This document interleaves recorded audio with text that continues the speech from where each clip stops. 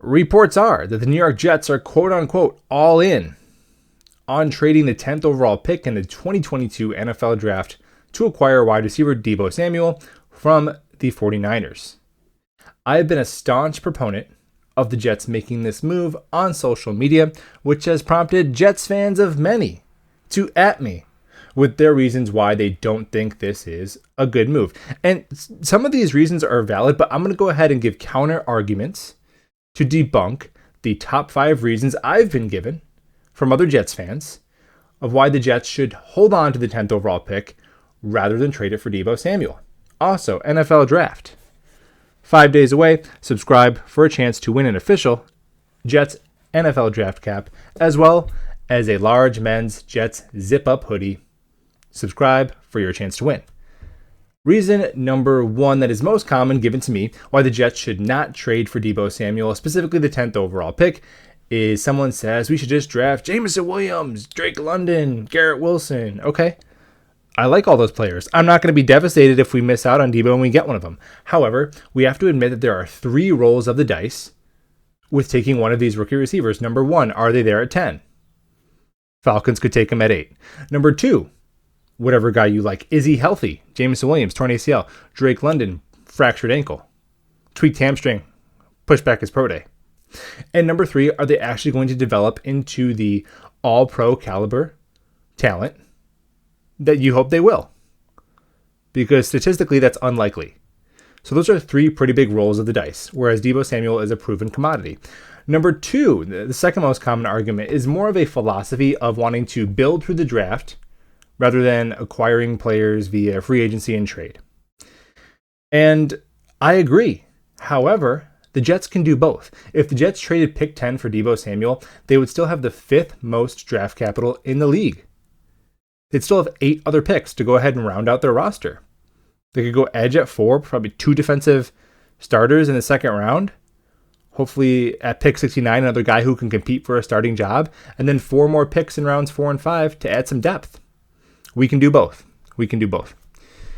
Number 3 is the money, saying I don't want to have to pay a guy $25 million. Well, that's what the cap is there for. Ideally, we'd have players on our own roster who are due for extensions who would be worth paying, but we don't because we haven't drafted well. The only guy is maybe Quinnen Williams next year. So that's why you're smart with the cap, is that so you can spend it on elite talent. Also, we have a starting quarterback on a rookie contract, which gives us a lot of cap flexibility.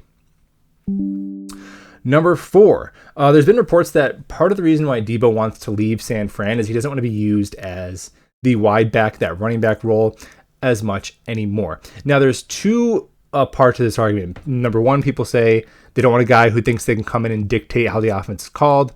And then number 2, that this diminishes his value if he's not going to be used as a runner as much.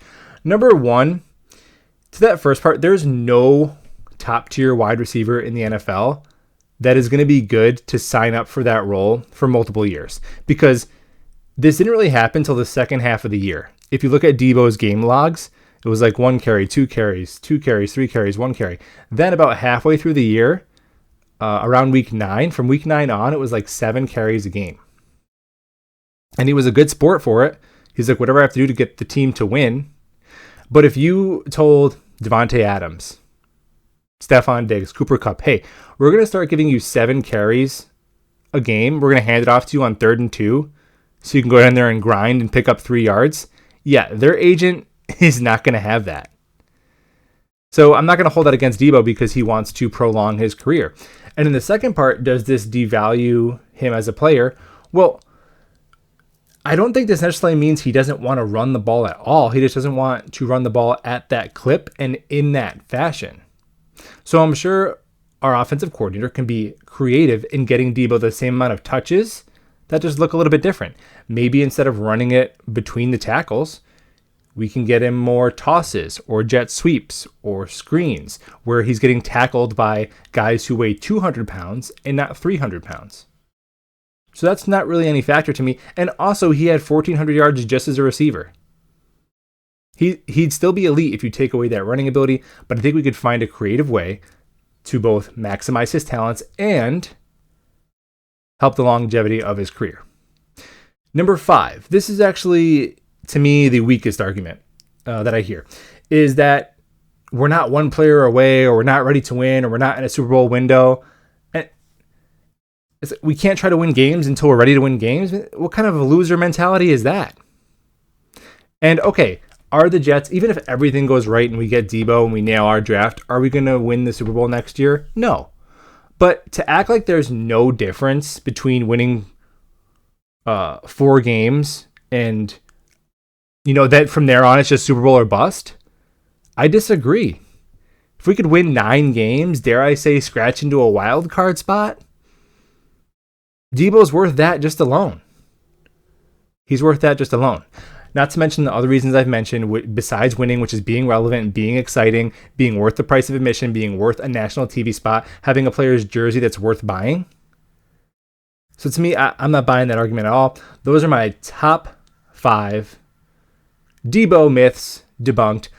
I think Joe Douglas should absolutely swing pick 10 for him if he's available. But as a sidebar, that'd be the highest I'd be willing to go. I see 49ers fans on Twitter like, I want pick 10, pick 38, and a future pick. No, pick 10 is more than enough. I'm not giving anything more than that. Like, even pick 10 and 69 is too rich for me.